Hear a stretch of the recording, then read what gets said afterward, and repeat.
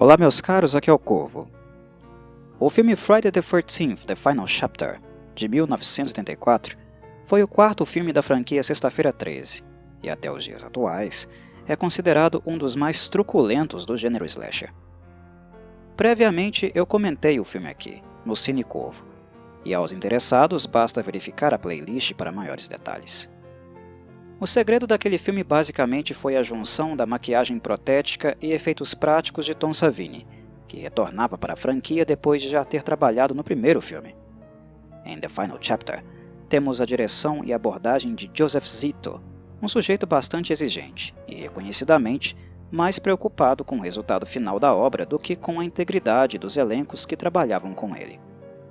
Ou seja, foi a junção de um diretor brutamontes e um maquiador à frente do seu tempo, que era capaz de criar todo o absurdo que ele conseguia imaginar, o que colaborou diretamente para todo o gore resultante. Entretanto, o que muitos não sabem é que em 1981, 3 anos antes, Joseph Zito e Tom Savini já haviam trabalhado conjuntamente em um dos slashers mais subestimados de todos os tempos, muito em virtude da péssima distribuição feita que impediu o filme de figurar em muitas salas de cinema nos Estados Unidos. Isso acabou afetando seu marketing, praticamente inexistente, e por consequência, sua fama. O filme em questão é The Prowler, que, para Tom Savini, em termos de maquiagem e efeitos práticos, foi o seu melhor trabalho. Palavras dele. E em minha opinião, mesmo sendo extremamente difícil escolher o trabalho mais surpreendente de Savini, eu acho que concordo com ele. Algumas death scenes de The Prowler parecem tão reais que muitos leigos na época, por incrível que isso possa soar, acreditaram que algumas pessoas foram feridas de verdade.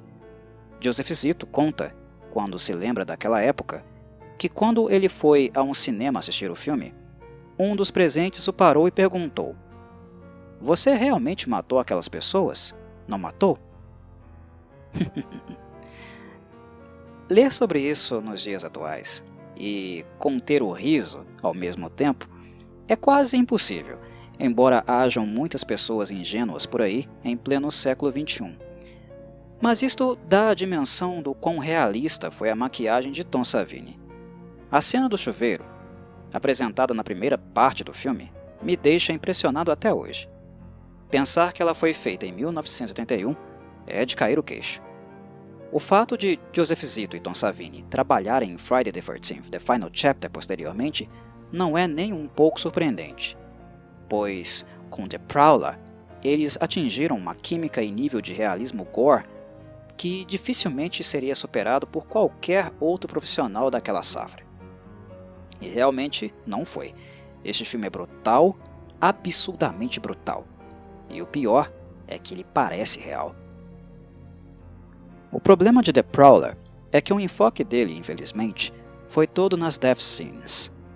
Era um filme que, caso tivesse um roteiro decente, certamente seria lembrado com todas as pompas que possuem os slashers de maior sucesso. O roteiro foi escrito em conjunto por Neil Barbera e Glenn Leopold. O nome Barbera soa familiar para alguns de vocês, não é mesmo?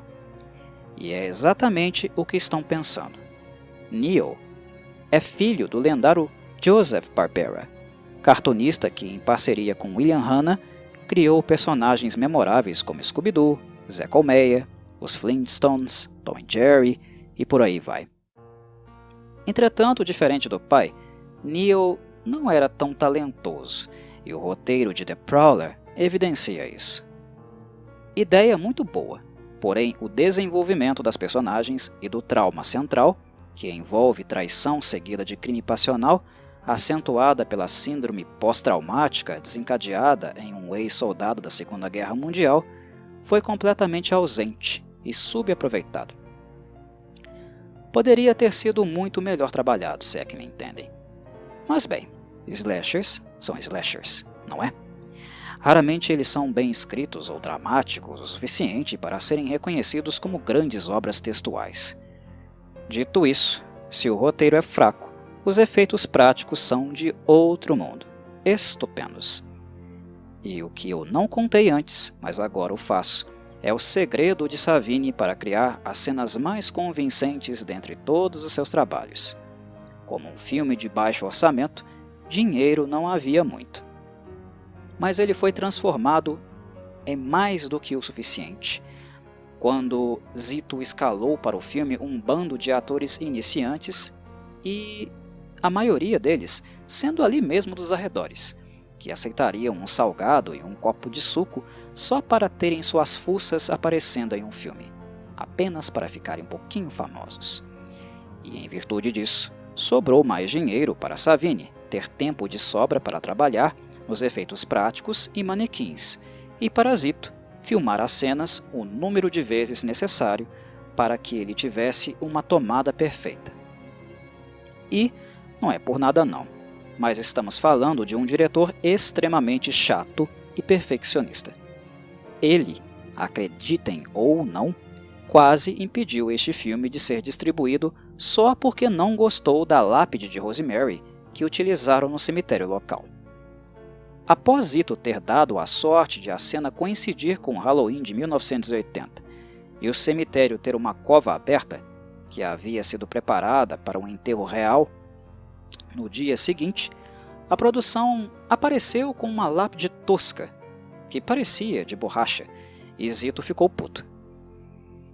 Isto, e a foto do álbum de Rosemary, que por alguma razão maluca ele também não gostou, foi motivo suficiente para ele quase boicotar o filme. Zito filmava quantas vezes fossem necessárias, até que a cena tivesse saído exatamente da forma que ele havia imaginado. E isso levou algumas pessoas que trabalharam com ele, não apenas neste filme, a criarem a fama de truculento e insensível que ele carregou no restante da sua carreira. E ele era mesmo. A cena da piscina, por exemplo, quando a atriz Cindy Weintraub tenta sair da água e leva uma bicuda no rosto, foi repetida 18 vezes. Vocês ouviram bem. Foram 18 fucking vezes que a moça teve que levar uma bica na cara, cair na piscina até que Zito ficasse satisfeito. O chute que ela toma parece muito realista, e na verdade, Tom Savini criou uma prótese de perna, uma perna mesmo, para que ele pudesse movimentar com o braço. Então, quando ela toma o chute no rosto, na verdade é o Savini movimentando uma prótese de perna que ele estava utilizando encaixada no braço. A bota utilizada na prótese era de borracha macia e não machucou Cindy. O problema real é que a cena, como podem observar, foi filmada à noite e fazia muito frio naquela época. Era outubro, próximo do inverno americano, ou seja, até que os 18 takes fossem finalizados, Cindy ficou bastante tempo debaixo d'água e quando saiu, a moça estava completamente gelada. Zito repetiu isso com outra atriz no filme Friday the 13th, The Final Chapter, causando hipotermia na coitada.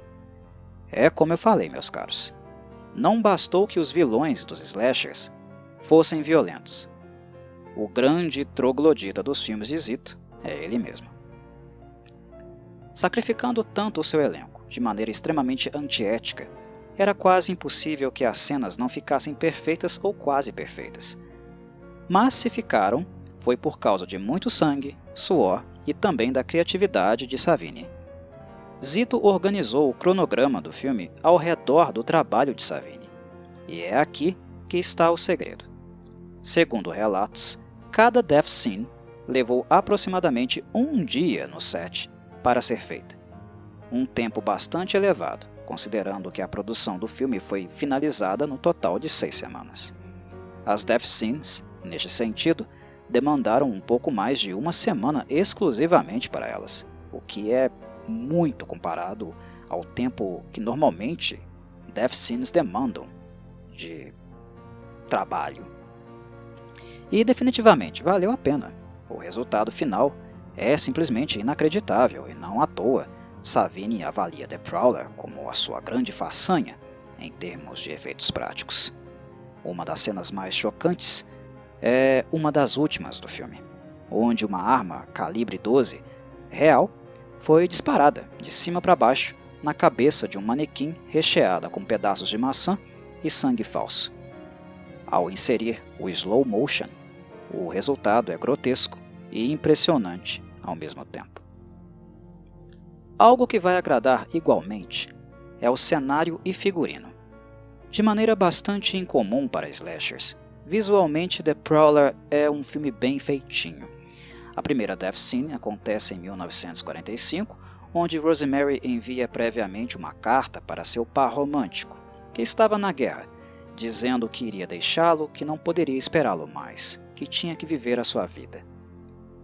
O rapaz na carta não é identificado, o que nos leva a questionar que o romance foi vivido em segredo. Quando a guerra acaba e todos os soldados voltam, os sobreviventes, o ex de Rosemary a empala junto com seu novo namorado, na noite do baile de formatura. A identidade do assassino nunca foi descoberta. Em termos de cenário, vocês irão notar como houve um esforço da produção para retratar tudo como se fosse um baile dos anos 40.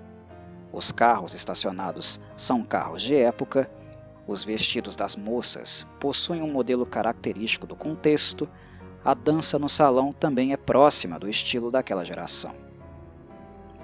Devido ao trauma daquela noite, a cidade proíbe o baile por 35 anos, e quando finalmente ele volta a ser realizado, o assassino, absorto no seu trauma e na sua obsessão, volta a dar as caras. O roteiro de The Prowler e My Bloody Valentine, ambos excelentes slashers daquela geração, têm ideias praticamente idênticas, mas, como eles foram produzidos no mesmo período, meses e ano, é difícil acusar qualquer um dos filmes de plágio. Pessoalmente, não acredito que este tenha sido o caso. O mais provável, creio eu, foi a falta de ideias e os clichês. Afinal, não era todo dia que aparecia um John Carpenter da vida, com ideias super originais.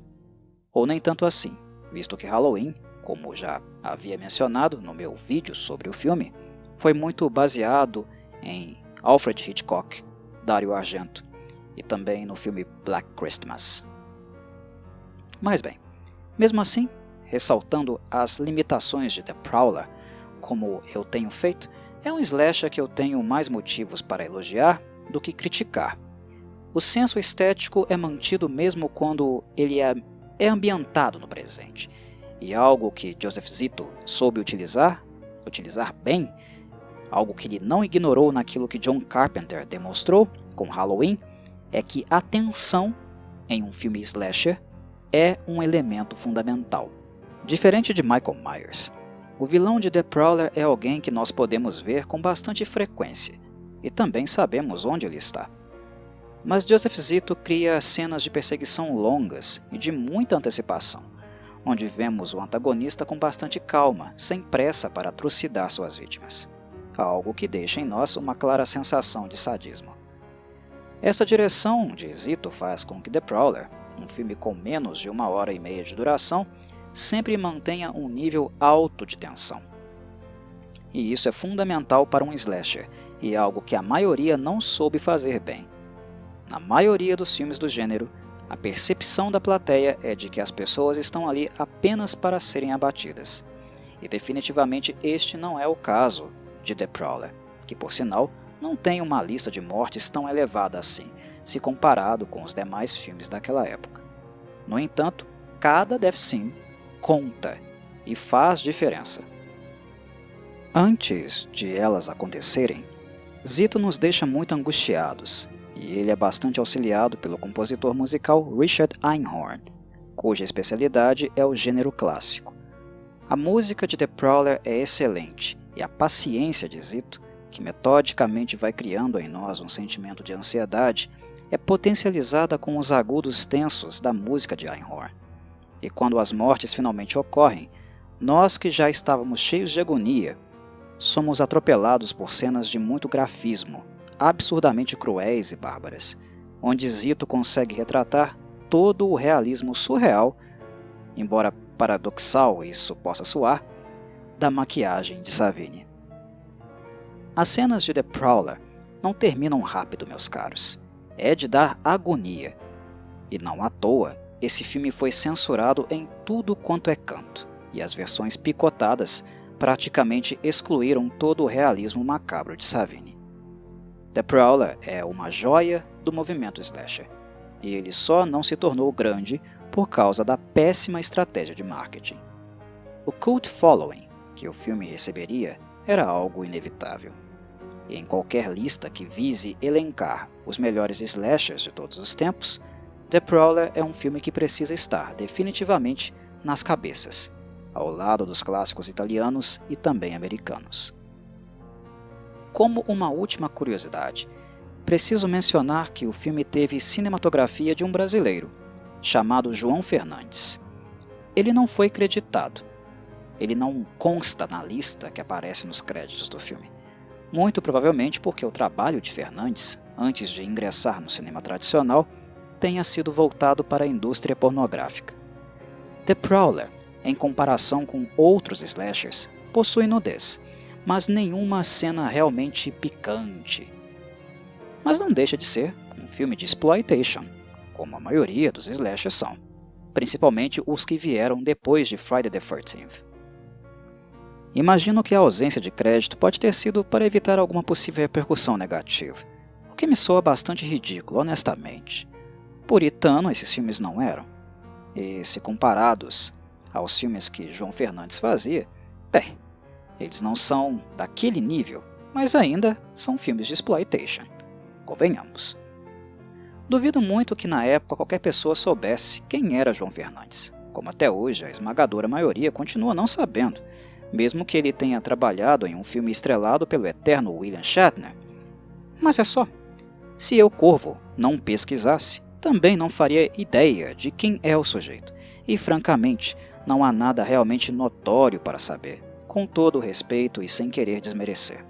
Afinal, o trabalho dele aqui é interessante, eu gostei da cinematografia, imagino que vocês gostarão também. Mas no fundo, o fato de contar isso a vocês não passa de apenas uma pequena curiosidade, menção de que um brasileiro esteve envolvido em um dos melhores slashers oitentistas. Encerro minha fala por aqui. Um abraço a todos e saudações, Corvides.